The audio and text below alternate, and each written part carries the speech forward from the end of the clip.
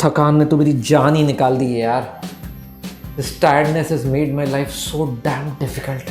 दोस्तों, क्या आप भी इन लोगों में हैं जो हमेशा टायर्ड या थकान से ग्रस्त होते हैं? क्या है कोई ये मेडिकल कंडीशन की शुरुआत, या ऐसा हो रहा है कि आप हद से ज़्यादा काम कर रहे हैं, या ऐसा भी हो सकता है कि आपकी नींद सही तरीके से नहीं हो रही है? जानेंगे इस वीडियो में।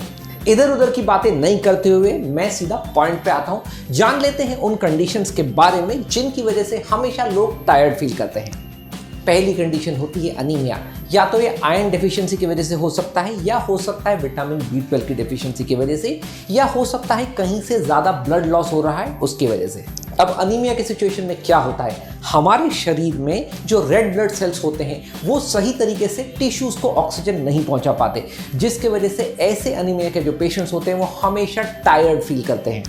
अब अनीमिया के पेशेंट्स को टायर्डनेस के साथ कुछ एडिशनल सिम्टम्स भी आ सकते हैं। ऐसे लोगों को स्टेयरकेस चढ़ते वक्त सांस की तकलीफ हो सकती है, थकान के साथ साथ पाल्पिटेशन या चक्कर तक की तकलीफ हो सकती है। तो जो भी पेशेंट्स हद से ज़्यादा थकान महसूस कर रहे होते हैं, ऐसे लोगों ने एक सिंपल CBC का टेस्ट कम से कम करा लेना चाहिए, सो दैट अनीमिया का लेवल मालूम पड़ सके। नेक्स्ट कंडीशन हो सकती है डायबिटीज़। वैसे तो दोस्तों डायबिटीज़ के मैक्सिमम पेशेंट्स में कोई भी सिम्टम्स नहीं आती, लेकिन शुरुआती दिनों में जब किसी पेशेंट को टायर्डनेस फील हो रही होती है तो ऐसे पेशेंट्स में डायबिटीज़ भी एक पॉसिबिलिटी होती है। डायबिटीज़ के पेशेंट्स कुछ एडिशनल वेट लॉस के सिम्टम्स दिखा सकते हैं। ऐसे पेशेंट्स को बहुत ज़्यादा यूरिन होना या बहुत ज़्यादा प्यास लगने के सिम्टम्स भी आते हैं। एक सिंपल शुगर का टेस्ट करके डायबिटीज़ का अंदाज़ा लगाया जा सकता है।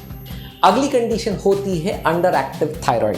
बहुत बार हाइपोथायरॉयडिज्म एक ऐसी बीमारी होती है जिसमें टायर्डनेस एक प्रेडोमिनेंट सिम्टम होता है। हाइपोथायरॉयडिज्म के पेशेंट्स में बहुत बार थकान शुरुआती दिनों में उतनी ज़्यादा नहीं होती, लेकिन जैसे जैसे बीमारी का प्रोग्रेशन होता है थकान का लेवल बढ़ने लगता है।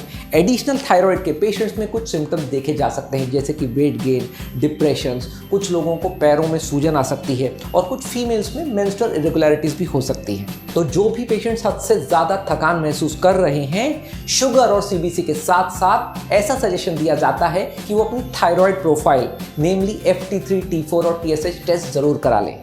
अगला कारण हो सकता है स्लीप डेप्राइवेशन। दोस्तों, कोई भी ह्यूमन स्लीप के बिना सर्वाइव नहीं कर सकता। नेशनल स्लीप फाउंडेशन के जो एक्सपर्ट्स हैं उनका ऐसा मानना है सभी एडल्ट्स को कम से कम 7 से 9 घंटे की नींद लेना अनिवार्य होता है। सुन के झटका तो ज़रूर लगा होगा, लेकिन रिसर्च यही कहती है। दोस्तों, मैं एक सजेशन देना चाहूँगा कि जितना पॉसिबल है मैक्सिमम नींद लेने की कोशिश करें।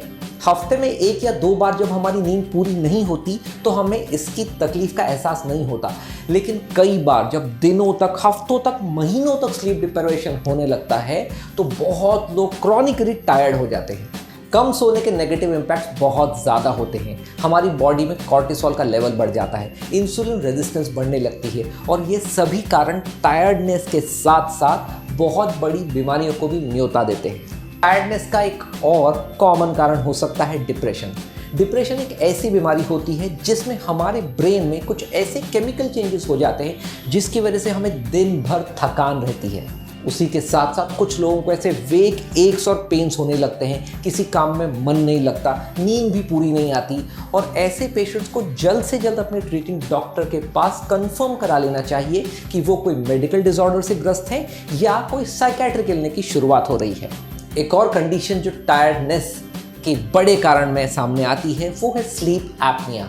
हाँ दोस्तों, ये वो इलनेस है जिसका मैक्सिमम टाइम पे सही तरीके से डायग्नोसिस नहीं हो पाता। स्लीप एपनिया के पेशेंट्स में बहुत बार रात को एक्सेसिव स्नोरिंग या खर्राटे लेने की आदत होती है। उनकी रात की नींद टूटती है, जिसकी वजह से वो दिन में ज़्यादा सो के कॉम्पेंसेट करते हैं। स्लीप एपनिया आखिर होता क्यों है? जब भी पेशेंट्स को गले के अराउंड में ज़्यादा चर्बी का जमाव होता है तो ऐसे पेशेंट्स में ऑक्सीजन का जो लेवल है वो पूरी तरीके से फेफड़े में नहीं पहुंचता और फेफड़े से ब्रेन की तरफ नहीं पहुंचता, जिसकी वजह से पेशेंट्स दिन भर सुस्त रहते हैं। स्लीप एपनिया का डायग्नोसिस आपके ट्रीटिंग डॉक्टर से मिलके एक सिंपल स्लीप स्टडीज करके आसानी से किया जा सकता है। एक रेयर और रिलेटिवली अनकॉमन बीमारी होती है क्रॉनिक फटीग सिंड्रोम। ये एक्चुअली तो एक रूमेटोलॉजिकल डिसऑर्डर है। इस बीमारी में बहुत बार बाकी सभी कारणों को रूल आउट कर दिया जाता है और ऐसे पेशेंट्स को क्रॉनिक फटीग सिंड्रोम की कैटेगरी में रखा जाता है। ऐसे पेशेंट्स को थकान के साथ साथ बहुत बार headache, joint pain, listlessness, sore throat, ऐसे कई एबनॉर्मल सिम्टम्स दिखते हैं। तो क्या थकान के हर पेशेंट को जल्द से जल्द डॉक्टर के पास जाना चाहिए? The answer is no. पहले अपनी तरफ से पूरी कोशिश करें कि कुछ लाइफस्टाइल मॉडिफिकेशंस को इनकॉर्पोरेट करें, अपनी नींद को सही तरीके से लें, और ये सब चीज़ें हफ्तों दिनों तक इनकॉर्पोरेट करने के बाद भी अगर थकान बनी रहे तो अपने डॉक्टर को जल्द से जल्द कांटेक्ट करें। क्या कोई तरीका है जिसके वजह से हम टायर्डनेस को घर पे ही अपने कुछ होममेड तरीकों से ठीक कर सकें? बताऊंगा कुछ सिंपल आसान टिप्स जिनको इनकॉर्पोरेट करके आप आपकी टायर्डनेस को बाय बाय कह सकते हैं।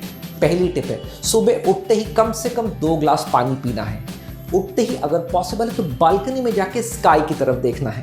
उसके बाद 15 से 20 मिनट की फिजिकल एक्टिविटी, जो कि हो सकती है स्पॉट जॉगिंग, रनिंग, योगा, सूर्य नमस्कार, ऐसी कोई भी चीज़ जो आपकी छाती की धड़कन बढ़ाती है, क्योंकि ये करने से हमारे बॉडी में एक BDNF नामक केमिकल रिलीज करता है जो हमारी बॉडी को दिन भर के लिए एनर्जाइज रखता है। उसके साथ साथ पूरी कोशिश करें कि अपने ब्रेकफास्ट को सही टाइम पे लें और उसी के साथ साथ लंच और डिनर को भी प्रॉपरली लें। दिन भर में अपने पानी के इंटेक को ऑलमोस्ट 3 to 3.5 लीटर्स की रेंज में रखें। कोशिश करें 15 मिनट एक दिन में निकालें और इस 15 मिनट को ऐसी किसी एक्टिविटी के लिए यूटिलाइज करें जो आपको मन से खुशी दे, जो आपके मन को शांत कर दे। अब ये एक्टिविटी हो सकती है एक सॉफ्ट म्यूजिक सुनना, मेडिटेशन करना, कोई बुक पढ़ना या अपनी कोई भी हॉबी को परस्यू करना। कोशिश करें अपने खाने में ग्रीन वेजिटेबल, फ्रूट्स और प्लांट बेस्ड प्रोडक्ट्स को रेगुलरली इनकॉर्पोरेट करें और कोशिश करें जंक या हाईली प्रोसेस्ड फूड को जितना पॉसिबल है कम से कम खाएं। तो फ्रेंड्स, ये सब चीज़ें नहीं करना भी एक कारण हो सकता है टायर्डनेस का। हम अपनी बॉडी को सबसे अच्छी तरीके से जानते हैं और हमारी बॉडी हमें हमेशा सिग्नल्स देती है जब भी कोई एबनॉर्मल चीज़ बॉडी में हो तो जब भी कोई ऐसे एबनॉर्मल सिग्नल्स मिल रहे हैं तो अपने ट्रीटिंग डॉक्टर से कांटेक्ट करके एक सिंपल हेल्थ चेकअप करा लीजिए और ये हेल्थ चेकअप आपको आगे बहुत ज़्यादा मदद करेगा इस टायर्डनेस के रूट तक पहुंचने के लिए।